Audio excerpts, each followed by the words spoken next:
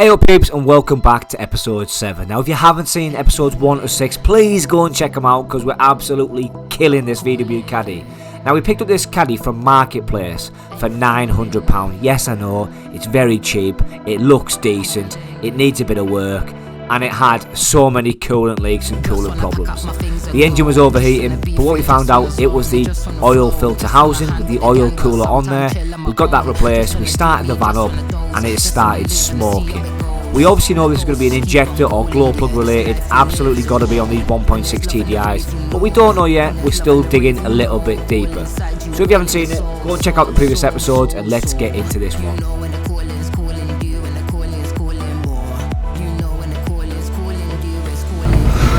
No leaks! Come on! We also got the rear registration lamps put in, the LED lamps, so there's another job ticked off the list.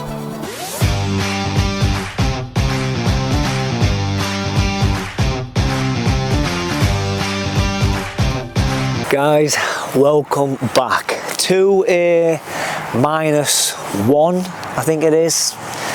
Maybe 0 degrees video. It's Baltic outside. I'm absolutely freezing. My knacker's off. But you see in the last video, the van starts and it starts okay. Coolant leaks done. We've now got to sort out this starting problem. Now I'll put another video out. I'm not going to go into too much detail on this one because you're going to help me out on the other one and this one. But basically, it's lumpy on startup, it's not starting up great, and it needs some improvements. Now I don't know if that's the injectors, I don't know if it's fuel, I don't know if it's the throttle body, I haven't got a clue. And what I'm hoping for is you guys will hopefully help me out and give me the answer. But first of all, I need to understand how my code readers work before I can try and fix the issue. If it's injectors, we'll have a go. I've got one ready to go. These 1.6s seem to fail all the time, so it's definitely worth having a little go, a little crack at it. But in the meantime, we've got to get this door card done. Now, our good friends, bear with, at eBay, I was going to say they sent me this out, but they didn't send me out. I had to pay £3 bloody quid for it. And it's a door cable for a Caddy. Now, I'm hoping it's going to fit. Yes guys, so we know that we definitely have to change this door cable. It's quite slack, you see, and once I got the old cable back in there, it did work, but eventually it came out. So we knew it was a cable problem, went on eBay and spent £3 on a new door cable. Took its time to get here, but once it's here, we're happy. Now I am driving this car around to try and find out if there's any more faults or anything coming up on the dashboard, so it's key that I can get out the bloody thing because I'm sick of pulling up to places, putting the window down and then having to open it from the outside. So really struggling to get this metal door, internal door card off. It looks like it's riveted or riv-nutted in to the window sort of pulley or chassis. So really, it's a bit of a nightmare. Therefore, I've got to take a little bit more action, maybe be a little bit more rougher, just to get the door card out. Now I can see where the lock is, I can see where the cable is, so ultimately I just decide I can bend that back slightly. I only need a little bit of room to get in there and to get this done. Now it's fairly straightforward. There's 2 bolts on the right hand side of my finger now, which brings the lock out. So you undo them, you move your lock back, and then you've got to put this T-piece in. You can see it there, the T-piece into the little latch and then pull your cable through. It's fairly straightforward to do that. Once you've pulled it through, put your screws all back in and put your lock back together, tighten it all up and then put your door card on. It is very straightforward to do, guys. I am going to bring a full video out next on me changing it without any breaks, without any time lapse, just running through, taking it apart. Obviously I had to bend it back, which is not great, but you can see there I only bent the metal back a little bit, got enough so I could get my hands inside there, and it's gone back on absolutely fine. So last thing we need to do is just fit this door card, get the door card back on, give you a quick overview there which you'll see in the full video. But once the door card is back on, we then just need to give it a test to make sure that the internal components that we took off are all working and back together. Just clean up the tools, testing the window as you can see, and then the door opens. So guys, that is another job complete. We now have a working door handle, the best £3 I've ever spent. So next up we've got to get arch liner in. Now it looks quite big to me. If you look at the size, it looks pretty big. Then again, all the girls say that to me, and I haven't got a clue what they're talking about. First things first, got some gloves on because we don't want to get minging now, do we, when we pour this crap into the tank. This is what we're putting in the diesel tank today. Now, some of the lads have told me that need two hands. Some of the lads have told me that we need to put some of this in. Extreme Injector Cleaner. Now I bought it off Amazon for about, I don't know, 10 quid, 12 quid. So we're going to pour that in the tank, let that settle, then take it for a run later on. And hopefully it'll clean out some of the injectors.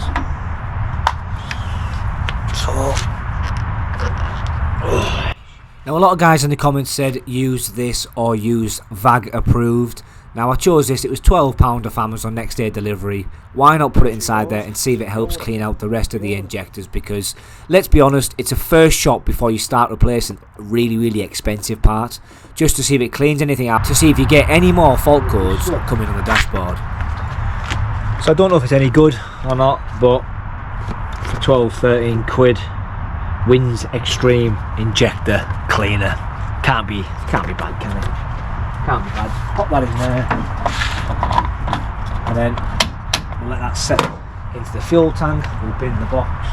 So my jack will not fit onto the sill. Where is it? There it is. The Big Daddy section. It won't fit, so I need to roll the van back. Give me 2 seconds. Just stay up.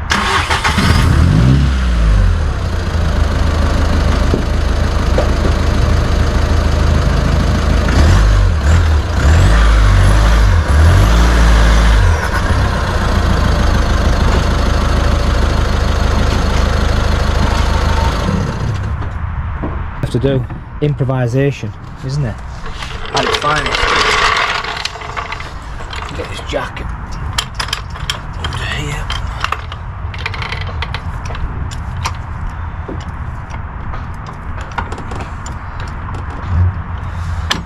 Make sure that's definitely on the right place.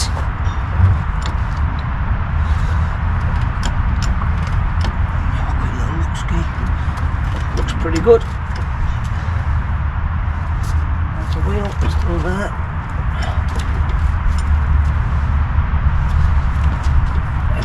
Pretty good.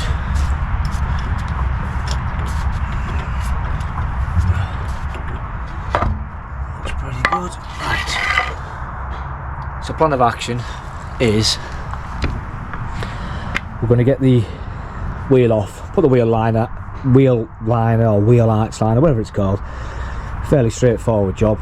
Jack the car up, get your nuts off, get your wheel off, put your wheel arch liner back in and reassemble. It is quick and easy. But oh no, everybody talks them weird. Right, so for some reason on these alloy wheels,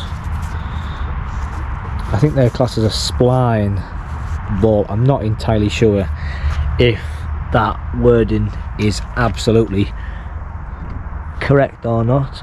However, they're what you need. So we get that, get a drill, get the wheel off. Go.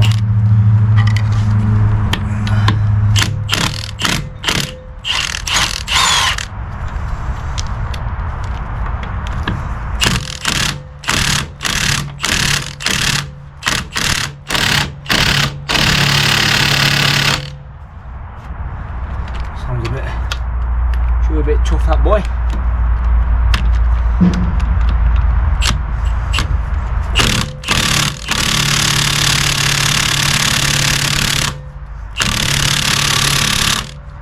When did anybody do maintenance on this fan?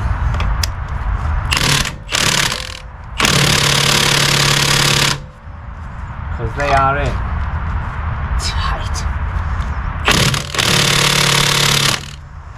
It's gun kind of the house. What's this gun?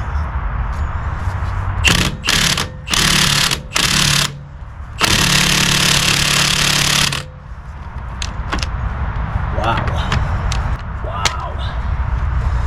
They are very tight. Okay. So this gun can't get them off, there's definitely a problem.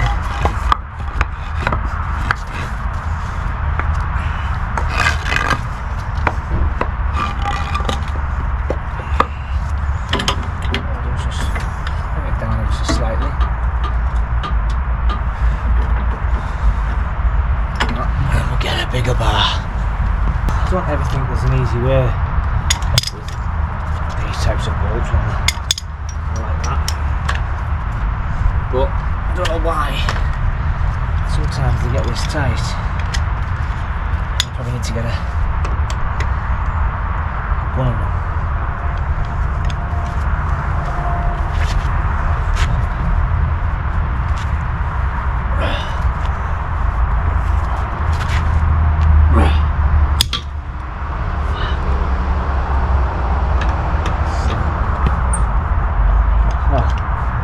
Loose.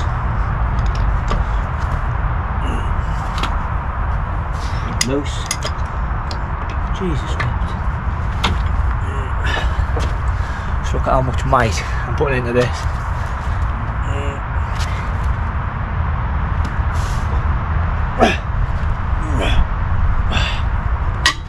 Right. You move.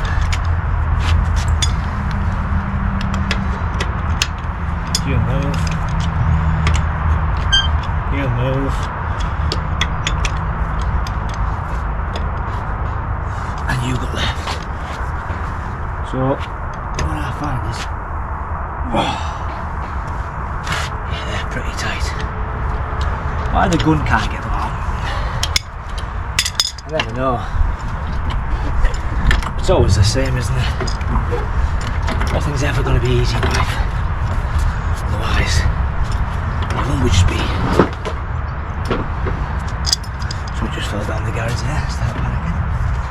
Right, that's that then.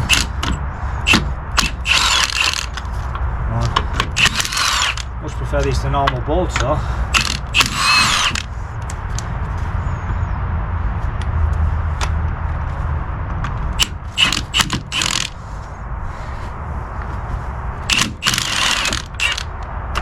Scratch yellow there, lovely. Right, let's get out of the way a minute. So, I seem to believe, well, the discs are looking pretty shabby. Definitely get some new discs on there. Pads, I still got plenty left on the pads. I mean, there's no lips, it's just a bit of rust. I think this van's been stood for a while because they've not been able to fix it. It's got some stance. It's PC198 0321s. Never heard of them. But there's no play on there. Track rod end, boot looks good. Inner boot looks good. So I think whoever had this did maintain it.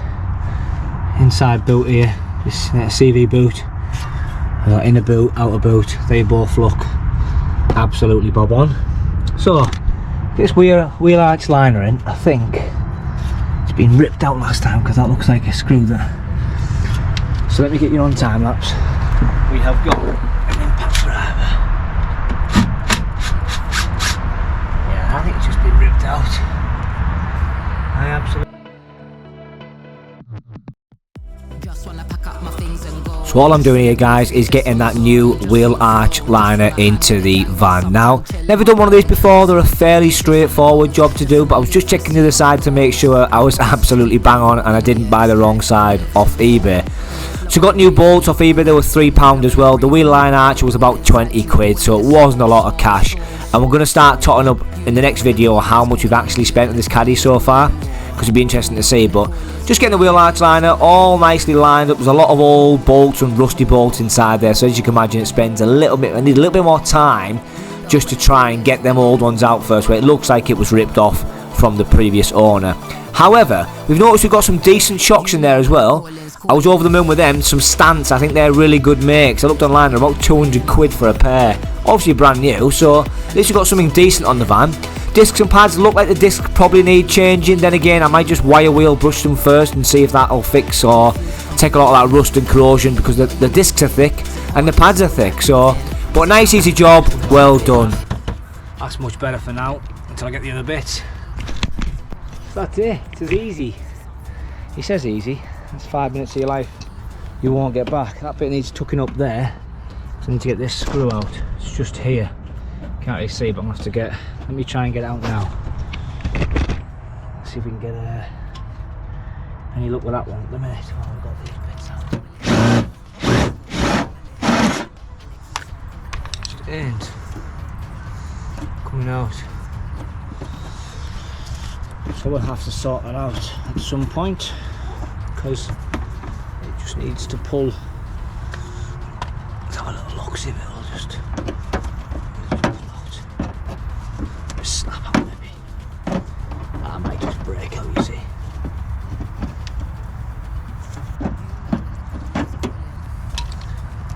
Yeah, it's like stuck in the plug. See what I can do? I can fix this on there.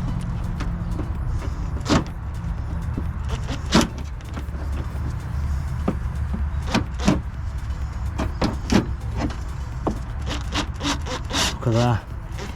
Tell you what, every time I do something, I just impress myself every time. Like, that's out. And what I need to do is hold that back.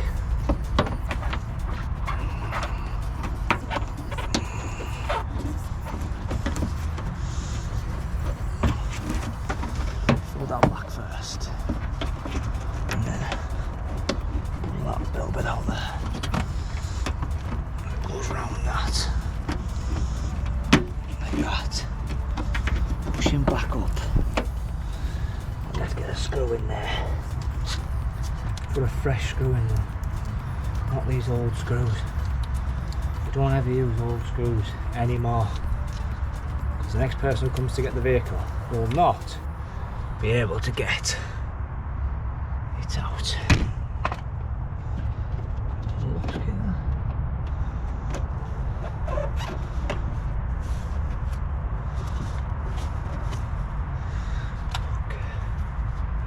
Just come down a touch. All these lads who have ramps and stuff, right? I don't like his anymore, because there we are. I just need to knock it back, doesn't it? Yeah. He's touching up.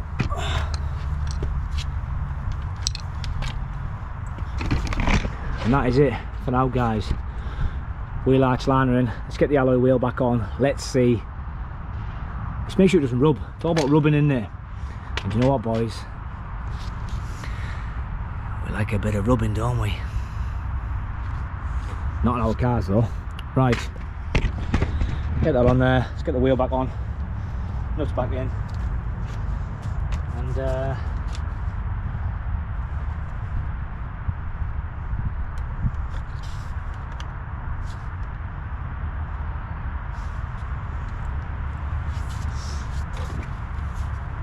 these are a multi-fitment wheel, these ones. Never fit these before.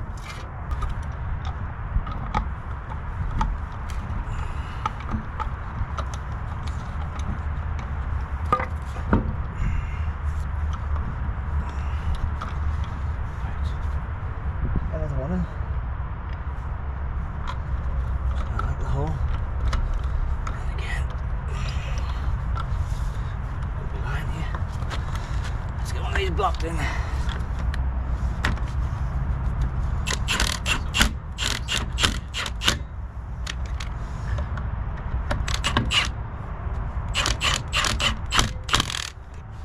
They're not tight at all. Just what we get. That in there.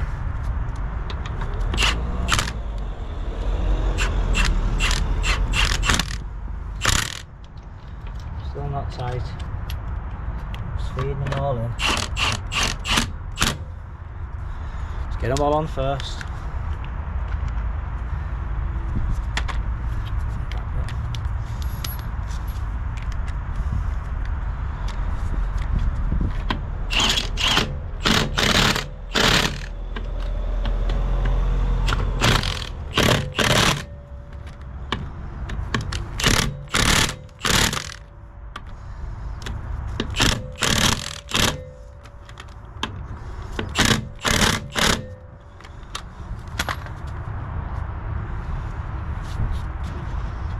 All movement, all of them are in there. Right, so now we should be able to drop this down. This way there. Like that. All the screws out the way. And we probably need to take a little road test. Just curious, I've got screws all over. I need to keep it tiny. There's one right under there. Obviously, you then need to get your torque wrench out and make sure that all the bolts are tightened to spec.